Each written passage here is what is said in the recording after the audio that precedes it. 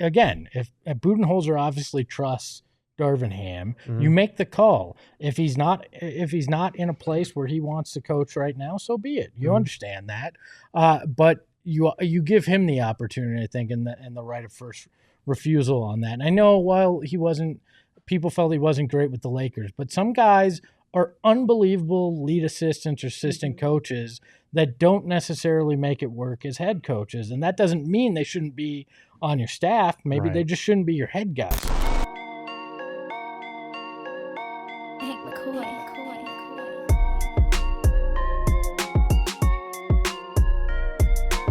Well, let's dive into some potential assistants that could serve under Bud who have already been connected to him at some point in time throughout their career. So first and foremost, the one that everyone keeps bringing up in the chat too, Darvin Ham. Mhm. You guys will remember he's recently fired as the head coach of the LA Lakers. Damn. Somebody did ask if Darvin does come to Phoenix as a part of the coaching staff, which you have to ask the question if he even wants to do something like that, right? Mhm. Would LeBron then come? I feel like that. I feel like by the end of Darvin Ham's tenure, LeBron probably didn't view or didn't want him as the head coach anymore. This is just speculation on my part, but you could feel kind of the tension there. You could feel the heated looks from the bench when Darvin Ham was talking. You could see it on the screen with not just LeBron, but a lot of Lakers players. So I don't really know if that would help you in that respect, but he does have plenty of experience with Bud. He was under Bud as a Hawks assistant for 5 years and then another 4 under the Bucks before he took the Lakers head coaching job. So he's got nearly a decade of experience working with Bud. It would make sense for Budenholzer to reach out to him. Maybe Darvin Ham. I don't really know if there are that many head coaching vacancies anymore. The Wizards just hired somebody. The Hornets hired somebody. So The next guy we're going to talk about is seemingly also potentially. Yeah, like it feels like there's not a lot of vacancies left if Darvin Ham was holding out for like a head coaching position. So it might be a situation where you wind up adding him if he's not able to find a head coaching gig elsewhere. Could it be money too? Because you just got fired. If you take another job that cuts down what you're being paid by another franchise. I think it depends on the contract, but yeah, I'm pretty sure that. So that could be something too. Or, you know what, if we're just going to go down the LeBron thing, they could just be waiting for JJ Redick not to get the Lakers job and then hire him here as a lead assistant. So just making shit up. Like this LeBron thing's got me going crazy. Yeah, a little bit. I would, you know what, if Budenholzer obviously trusts Darvin Ham, you make the call. If he's not in a place where he wants to coach right now, so be it. You understand that,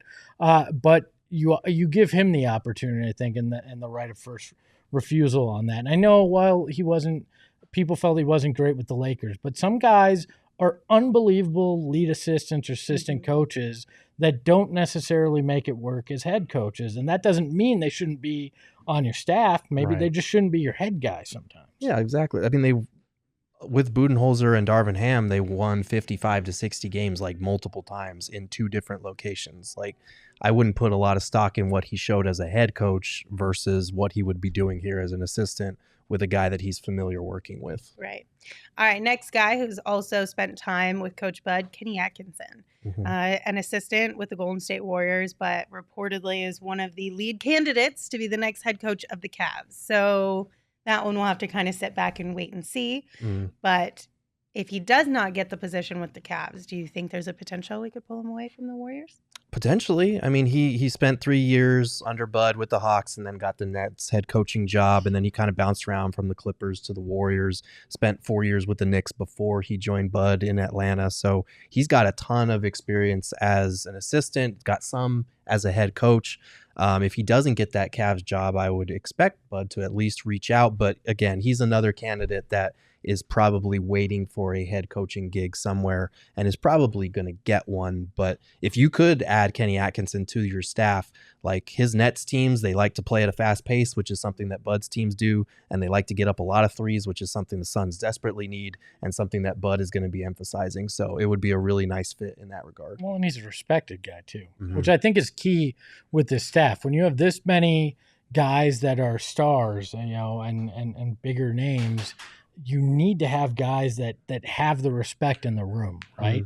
That's half the battle, is getting these guys to listen to your coaching staff and buy into your system. So if you can get guys like Atkinson that have that respect around the league on your staff, it's certainly well worth it. One question, do you think that, because obviously Kenny Atkinson, the KD Nets, they wanted to go in a different direction in terms of head coach. Do you think him and an assistant coach is the same type of thing? I personally don't, but.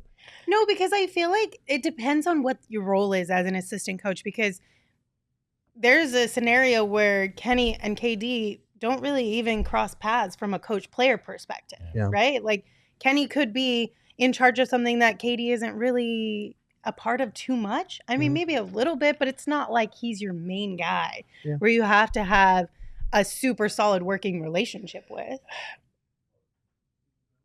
I go back and forth because how much do you kowtow to that too, right? Yeah. Because at some point, do you trust your coach, your head coach? And if this is a guy he very much wants on his staff and he believes it can work, you hired Budenholzer to be the guy. I think you have to trust him in those situations too. And I mean, maybe you do the courtesy of letting a KD know that, this is likely going to happen, and we hope it's okay. But I also think, to your point, it's different when it's a head guy and an assistant guy, and the whole tension between a head coach and a star can dissipate too after you're not in that situation, and he's not the guy making all the calls; he's just part of the staff. I don't think it's that big of a deal. I don't either personally, but I was curious because I don't think, especially now in the league where guys bounce around as much as they do,